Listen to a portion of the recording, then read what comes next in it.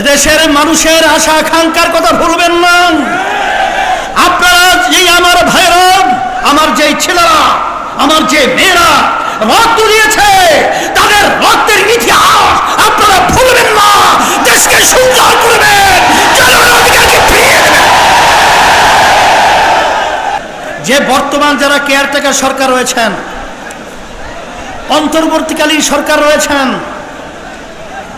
আমরা আপনাদেরকে ধন্যবাদ জানাই, কিন্তু ইতিহাস ভুলবেন না।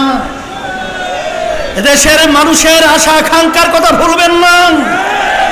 আপনারা এই আমার ভাইরা, আমার যে ছেলেরা, আমার যে মেয়েরা রক্ত দিয়েছে, তাদের রক্তের ইতিহাস আপনারা ভুলবেন না। দেশকে সুন্দর করবেন, জনগণের অধিকারকে ফিরিয়ে দেবেন। সাথে সাথে আপনারা কাজ করতে গিয়ে, আপনাদের দায়িত্ব পালন করতে গিয়ে যদি ন্যায়ের পক্ষে, দেশের পক্ষে, আজকে জনগণের পক্ষে, ইসলামের পক্ষে যদি আপনাদের কাজ থাকে, ইসলামী আন্দোলন বাংলাদেশ আপনাদের সাথে, বাংলাদেশের সর্বস্তরের জনগণ আপনাদের সাথে থাকবে। কোন ফিরাউন আপনাদের দাঁড়াতে পারবে না। সাথে সাথে আমি বিশেষ করে ইসলামী আন্দোলন বাংলাদেশ এবং তার সমস্ত সহযোগী সংগঠন, আপনারা এই অন্যায়ের বিরুদ্ধে, খুনিদের বিরুদ্ধে, জালেমদের বিরুদ্ধে যে ভূমিকা রেখেছেন, আমি অসংখ্য ধন্যবাদ আপনাদেরকে জানাই। আমি কল্পনাও করতে পারি নাই যে আপনারা এইভাবে স্বতঃস্ফূর্তভাবে অন্যায়কে প্রতিহত করার জন্য, খুনিদের বিরুদ্ধে, জালেমদের বিরুদ্ধে এরকম বুক পেতে গুলি দিয়ে আজকে এর পক্ষে, ইসলামের পক্ষে অবস্থান নেবেন। এটা আমাদেরকে আশার আলো জাগিয়েছে। এই বাংলাদেশের মধ্যে অন্যায়কারীরা কখনোই এখানে ঠাঁই পাবে না। সেই হিসাবে আমি বিশেষ করে বর্তমান সরকার সহ সকলকে উদাত্ত আহ্বান জানাবো, খুনিদেরকে চিহ্নিত করে বাংলার জমিনে মাটিতে বিচার করতে হবে। এই যেই সমস্ত জালেম, যেই সমস্ত দুর্নীতিবাজ, আমার রিক্সাওয়ালা ভাই, যারা রৌদ্রের ভিতরে রিক্সা চালিয়ে যাদের মাথার ঘাম পায়ে পড়েছিল, আমার ঠেলাগাড়িওয়ালা ভাই, আমার শ্রমিক ভাইরা, এই কষ্ট উপার্জিত যেই সম্পদ সরকারি ফান্ড জমা হয়েছিল, যারা এই সম্পদ টাকা লুট করেছে, বিদেশে বেগমপাড়া তৈরি করেছে, সুইস ব্যাংকে টাকা জমা রেখেছে, অচেরি ওদের টাকা ক্রস করে সরকারি ফান্ডে জমার ব্যবস্থা করতে হবে। এবং সাথে সাথে ওদেরকে এই বাংলার জমিনে বিচারের জন্য আমরা অপেক্ষায় রয়েছি। দুর্নীতিবাজদের বিচার হবে, আর এই স্বাধীনতাকামী যারা রক্ত রয়েছে তাদের আত্মা শান্তি পাবে। সেই হিসাবে আজকে ইসলামী আন্দোলন বাংলাদেশ এবং তার সমস্ত সহযোগী সংগঠন সকলকে উদাত্ত আহ্বান জানাবো।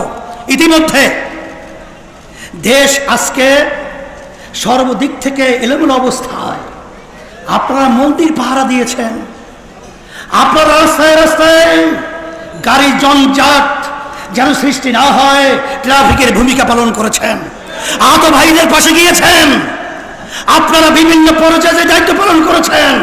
ইসলামী আন্দোলন বাংলাদেশ তার পক্ষ থেকে আমি আমির হিসাবে আপনাদেরকে ধন্যবাদ জানাই। আল্লাহ আপনাদেরকে দুনিয়া এবং আখিরাতে যাচাই খায়ের দান করুক। সাথে অন্য যারা দায়িত্ব পালন করেছেন, কারণ সংখ্যালঘু, ইসলাম পরিষ্কার বলেছেন তাদের জান, মাল, ইজ্জতের নিরাপত্তার দায়িত্ব আমাদের। কখনোই তাদের উপরে জুলুম করা যাবে না।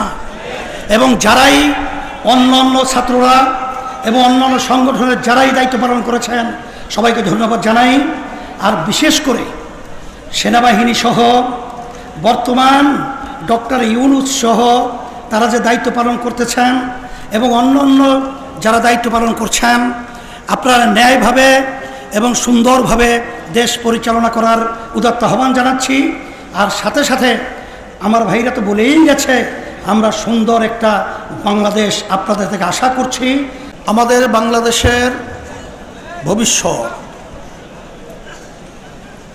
আমাদের শিক্ষার্থীরা তাদের ন্যায্য একটা দাবি, কোটা সংস্কার। এই দাবিটা অত্যন্ত ন্যায্য এবং যৌক্তিক, কিন্তু দুঃখের মধ্যে বলতে হয় আমরা কি দেখলাম, সেই দাবিকে একেবারে নিভিয়ে দেওয়ার জন্য আওয়ামী ফ্যাসিস্ট সরকার, খুনি সরকার আমার দেশের ভবিষ্যৎ, আমার শিক্ষার্থীদের উপরে নির্বিচারে ঠান্ডা মাথায় পাখির মতো গুলি করে তাদেরকে মাটিতে লুটিয়ে ফেলল। যখন এটা আমরা দেখেছি, তখন ইসলামী আন্দোলন বাংলাদেশ এবং তার সমস্ত সহযোগী সংগঠনগুলো আমরা আর নিশ্চয় বসে থাকতে পারি নাই। তখন আমাদের বিবেককে আমরা ধরে রাখতে পারি নাই। আমাদের ঘুম এক পর্যায়ে নষ্ট হয়ে গেছে। যখন মা বলতেছিল যে আজকে কয়েকদিন পর্যন্ত আমার সন্তান আমাকে মা বলে ডাক দেয় না, এটা সহ্য করা যায় না, তখন একমাত্র রাজনৈতিক ব্যানার ইসলামী আন্দোলন বাংলাদেশ এত বড় কঠিন ঝুঁকি নিয়ে রাজপথে সর্বপ্রথম এই অন্যায়ের প্রতিবাদে, জালিমদের বিরুদ্ধে, খুনিদের বিরুদ্ধে, ছাত্রদের ন্যায্য দাবি অধিকার বাস্তবায়নের লক্ষ্যে ইসলামী আন্দোলন বাংলাদেশ সশরীরে উপস্থিত হয়ে প্রতিবাদ করেছে। আপনারা দেখেছেন সেই আন্দোলন সংগ্রামে আল্লাহ রাব্বুল আলামিন, গ্রামে একটা কথা আছে, ফেরাউন কিন্তু বোঝে নাই যে নীল নদীর ভিতরে ডুবে মরবে, কারণ কিন্তু বোঝে নাই এভাবে তার ধ্বংস হয়ে যাবে। আমরা বারবার বলেছিলাম, এই আওয়ামী জালেম সরকার, তোমরা যেভাবে আজকে বাংলাদেশের ভিতরে নিরীহ মানুষদেরকে এবং আমার কোমল হৃদয়ের আমার সন্তানদেরকে যেভাবে পাখির মতো গুলি করে হত্যা করছো, তোমরা যত বড় খুনি জালেম ফিরআউনের মস্তক হোক, এমন একটা সময় আসবে ভেঙে চুরমার হয়ে সমুদ্রে নিক্ষিপ্ত হবে। তাই আল্লাহ রাব্বুল আলামিন আমাদেরকে দেখালেন। গ্রামে একটা কথা আছে, পচা শামুকে পা কেটে যায়। এত ছোট্ট একটা ঘটনা, এর মাধ্যমে এই ফেরাউনের মস্তক হবে চিন্তাও করা যায় না। এর মাধ্যমে আমি একটা আগাম বার্তা দিতে চাই যে বর্তমান যারা কেয়ারটেকার সরকার রয়েছেন, অন্তর্বর্তীকালীন সরকার রয়েছেন,